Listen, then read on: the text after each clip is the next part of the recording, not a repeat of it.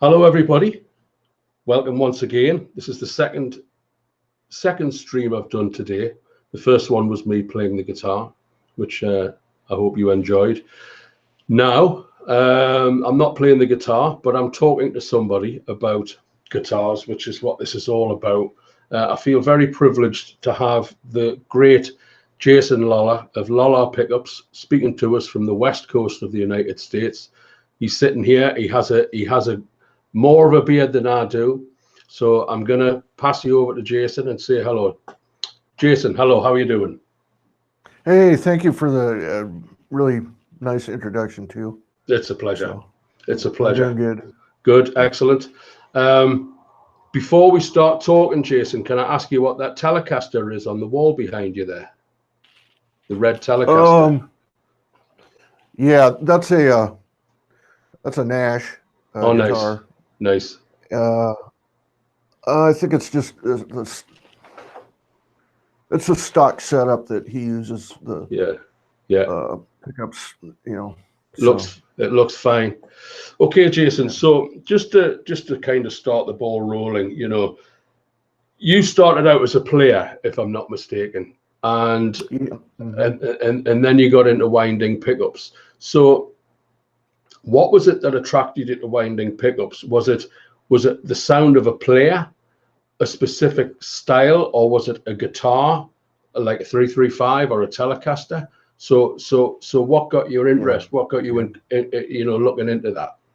Well, I was a guitar maker that had been taught rudimentary pickup making skills, very rudimentary, back in the 70s, and we were mostly making copies of like Mosrite pickups, right? Which are basically sort of a cousin to a P90. And I would be doing these shows displaying guitars that I'd built, like arch tops and like 225 kind of things and 335 kind of things.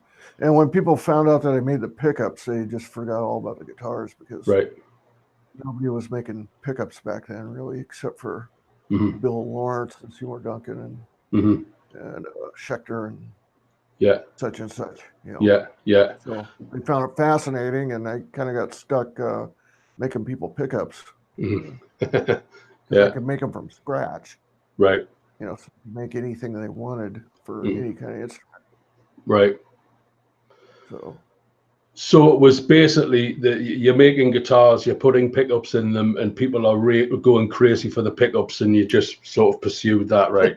Yeah. I tell you, absolutely. It was a wide open field, so and I was ready to hit the ground running when it all happened, and it just took off like crazy. Well, that was a question that I was going to ask later on, but I'll ask it now because we've kind of come to that. Abigail at Fender. I'm not sure how to pronounce Abigail's second name. The lady who was there through the 50s and 60s. Okay. I can't remember what her last name is, but yeah, Abigail. Yeah. Those old Fender pickups. I mean, I guess it was you, like you say it yourself, Seymour and Bill Lawrence. Was there actually any serious research going into pickup making in those 50s and 60s guitars of Fender and Gibson? Originally, you mean? Yeah. Oh, I'm sure that they tweaked what they probably didn't use the very first variation that they came up with, but I think it was really a lucky accident that they just happened to have. It was Leo's idea was to make everything simplified and so that it could be made over and over and over the same way. So he was like a manufacturer, approaching it from a manufacturer point of view. Right. And the way that most Fender pickups are made, especially in the beginning, it's a very simple clean way to do it. And I don't think they really were paying attention to, I'm going to use Alnico rods for pole pieces because they have a more harmonic laden tone. I don't think they thought anything about that. It was just what's a cheap, easy way to make this work. That sounds good. So you guys that at that time, and I guess what we're talking about, like late 60s, early 70s, mid 70s, started to really turn it into a science and an art form, and experiment with materials for different magnets, different wire, more wire, less wire, and then you start to find this whole thing, like you say, the whole thing just kind of blew up. The whole industry exploded. Well, people like Seymour Duncan Company and DiMarzio and Schechter and Bill Lawrence, they made it all possible for what was going to come later. They started in the mid 70s commercially. I didn't start actually making a commercial product until mid 90s. Right.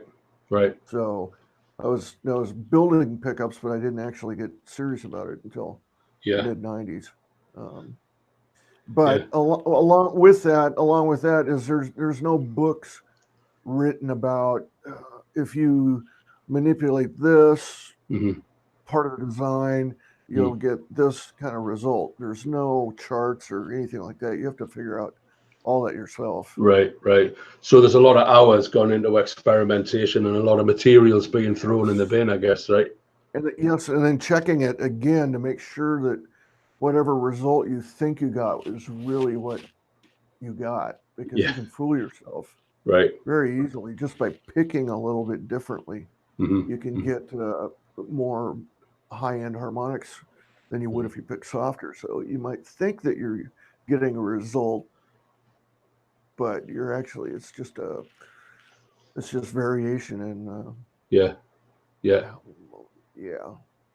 So do you think that those I've heard it said occasionally that some of those old pickups, those old 1950s, certainly the early 50s pickups and Telecasters and no-casters and so on, would they lose something being so old? I mean, would the magnet lose some power over the years, or would it? Do they still? Do they need to be recharged or something? But I mean, I love a great sound, but I know nothing about the science inside it. You know. Well, for whatever reason, well, if you put Alnico together, a like pole to a like pole, like south to south, and rub it a little bit, it'll degauss it. Right. Okay. So if you got all these magnets facing up, south up, and they're real close together, and you got strings vibrating, and it's moving the magnetic flux lines, that could be degaussing it very slowly over a lot of years. Slight amount over a lot of years. Because if you do measure with an accurate Gauss meter on an old Fender pickup, it's about 15-20% less than if you charged it up brand new. So, but would you want to recharge them to the full strength? It's going to change the sound a little bit. So right. If it's working, just leave it, because that's the tone that you're getting out of it. So people enjoy. So. And what do you think about the string gauge thing? Do you think, because I've got a couple of names here who are, as far as I understand, use extremely light gauge strings, and they were B.B. King, Billy Gibbons, and Frank Zappa. Now, like sevens or something. That's right. Yeah, I think Billy Gibbons has even got down to a 6 or something. He was talking with Dunlop.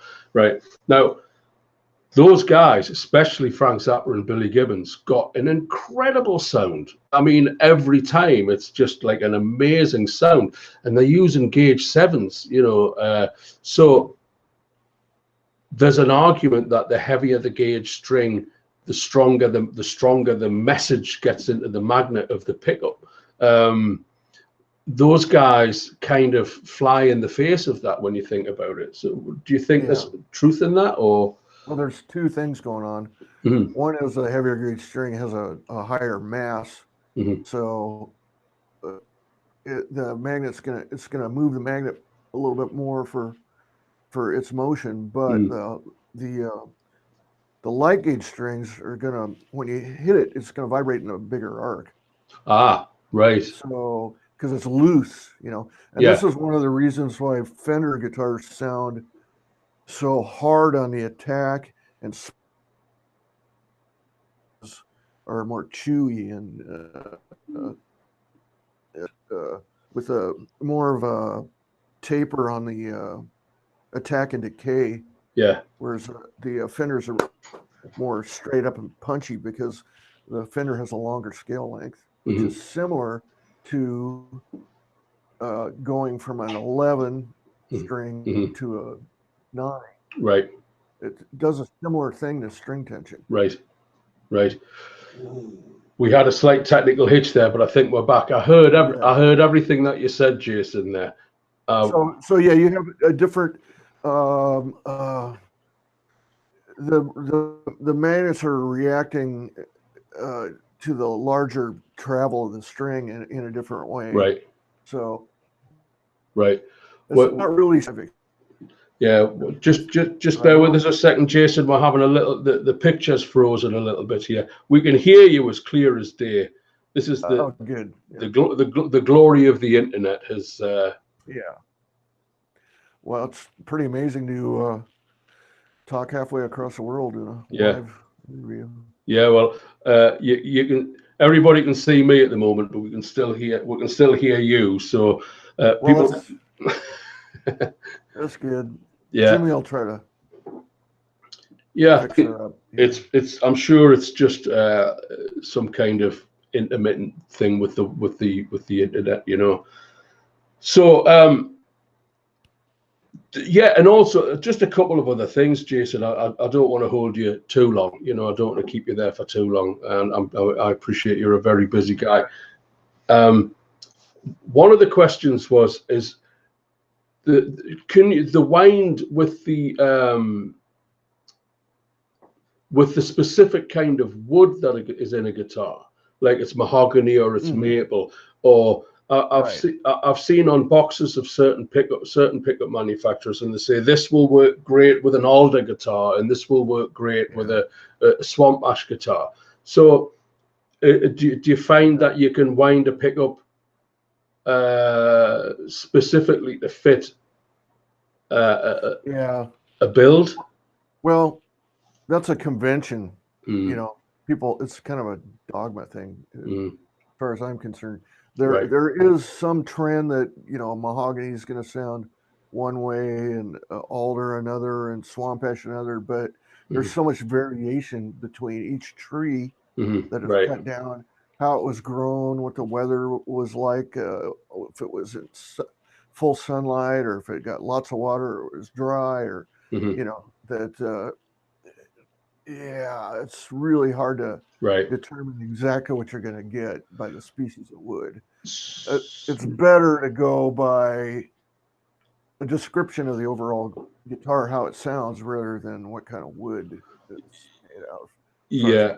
So that thing about the lumber is possibly a bit of woo-woo, shall we say? Well, there's it's based in a reality, but the real reality is that there's so much variation between tree to tree. The density of it, how fast the tree grows. Yeah, it's you're better off going, this guitar sounds kind of dark compared to this guitar that sounds brighter. I want a pickup that complements that. Yeah. Or I want a pickup that accents that, or I want a pickup that gives the guitar sound that it's lacking. So that's the way I deal with it. Well, we can still hear you crystal clear, but your picture's disappeared, Jason. Yeah, but we're working on it. Yeah, I know, it's okay. It's okay. So the last thing I was going to ask you would be, you've got some great players using your pickups, and if I'm not mistaken, does Bill Frisell use your pickups? Yeah. Yeah, right. Great. I mean, he's a great. I love Bill Frisell's playing so much. He's a super nice guy too. Is he really? Yeah. Yeah. I did a video. Jimmy Herring uses our stuff. Right. Lots of guys. You name them. I did a video on YouTube, which I'll send you after this, called "How to Sound Like Bill Frisell," and I apologized to Bill Frisell at the beginning of the video. So he would laugh. Yeah. He's super cool guy. So when you hear these guys, I mean, Bill Frisell is such a unique and innovative player, and instantly recognizable in a world with trillions of guitar players. Yes. You can hear Bill Frisell. Yeah, like B.B. King, he hits one note. That's B.B. That's Bill Frisell. That's exactly right. I mean, you can almost count on one hand those players these days, can't you? Mm-hmm. So when you hear these great players, when you hear these great players using your product, your artistry, do you think that's great, or do you think I could have just made that a little bit? Are you constantly driven? I know I am. I mean, I do things that I think, I love that, but Yeah, I'm not so retentive about that stuff, but I am driven to make new products and get new sounds. New products nobody else is making. Right. But I don't like once I have something set. It's been proven over and over by player after player after player that they like this particular sound. So I don't want to tweak that one in particular anymore, because their buddy's going to want the same thing that they got. So important is consistency. Get the sound right in the first place, and then be able to consistently reproduce it. Right. So we do spend a lot of time up front listening to stuff and trying new ways to do. If we're making a new design, where sometimes it takes 20 different reiterations of before we choose. Okay, that's the one that's really head and shoulders above everything else. And I'm pleased to see you're back on. I'm back on. We can see you again. Yes. Wait a minute. My earbud just fell. Okay. Am I still on? Well, that's great. I have a beard, right? Yes. So when you're talking, right, everybody's looking at me. So they're still seeing the beard, Well, Jason, that's great. I mean, you've certainly answered a couple of very important, some questions that have really fascinated me for years. One was the lumbar, and the other one was the thing about the string gauge. So basically what you're saying is the heavier string vibrates more aggressively, but the lighter string vibrates on a broader scope. Right. It has more amplitude going on. So the magnet is sensing motion. It's not sensing sound level. So that bigger motion, it's gonna change the frequency response of the pickup, because that's all independent on different kind of inputs. So. Yeah. So finally, Jason, I mean, we can talk all night. I don't mind. I'm totally relaxed with this. Have you got anything in the pipeline? Have you got some new products that you're going to launch that you want to talk about, or is there? No, we do. It's a little bit premature though. I think we're ready. We're about ready to release a Jazzmaster pickup with a blade in it. Right. It sounds fat. Right. In fact, there's one right behind me right there. Oh, really? Right. Can you see that? Yes, I can. Yeah. And oh man, everybody that's played that, we took it to a show in LA, an amp show, and everybody that played it was amazed by it. Right. So would you recommend those pickups solely for the Jazzmaster guitar, or could you put those in a Les Paul, or would it not? Would it not add up? Yeah, we make different versions for. We make like a. Well, that's specifically made for Jazzmaster. Yeah. But we do have different blade pickups that do a similar thing that you can put in like a humbucker size route, but you wouldn't want to route Les Paul to take that. Yeah, right. I understand. Then there's another one that we're going to put out that fits in like a mini bucker size, and it's basically we call it the broiler. It's basically a Rickenbacker single coil, which you know, if you would have to have a special guitar to mount a standard Rickenbacker toaster into. So we're making it into a design that will fit more guitars. And those pickups sound amazing. And a lot of people have no idea because they've never played a Rickenbacker. Right, yeah, of course. They're the thin on the ground, the old Rickenbacker. You mean like the John Lennon kind of Rickenbacker? Yeah. They're not so common these days. Yep. That's right. Well, Jason, I mean, I've played the Imperial humbuckers in my Les Paul, and I absolutely love them. I love the tone of them very much indeed. And I would just like to say, you know, before we end the interview, you and I will still be able to talk after we end the interview online. You know, this connection remains open. So I just want to thank you, Jason, very much for coming on. It's been great to talk to you. I've seen your pickups all over the world. I've seen you on YouTube, and now, you know, here we are talking online. It's a thrill. I would say one more thing is that, you know, none of this would be possible for any of us if I didn't have so many people working here helping. Right. They're highly trained people that you know, makes it happen for everybody all over the world. That's fantastic. That's fantastic. Okay, so when we end the interview online, Jason, you and I will still be connected. So thank you very much, everybody, and I hope you've enjoyed listening to Jason Lollar talk about his magnificent pickups. We're going to kill the live broadcast now, and stay tuned on Facebook, YouTube, etc. For further Paul Rose streams, videos, demos, etc. Thanks very much for watching. Thanks everybody very much for watching, and thanks once again, Jason, for being involved. Thanks, Paul. Thank you.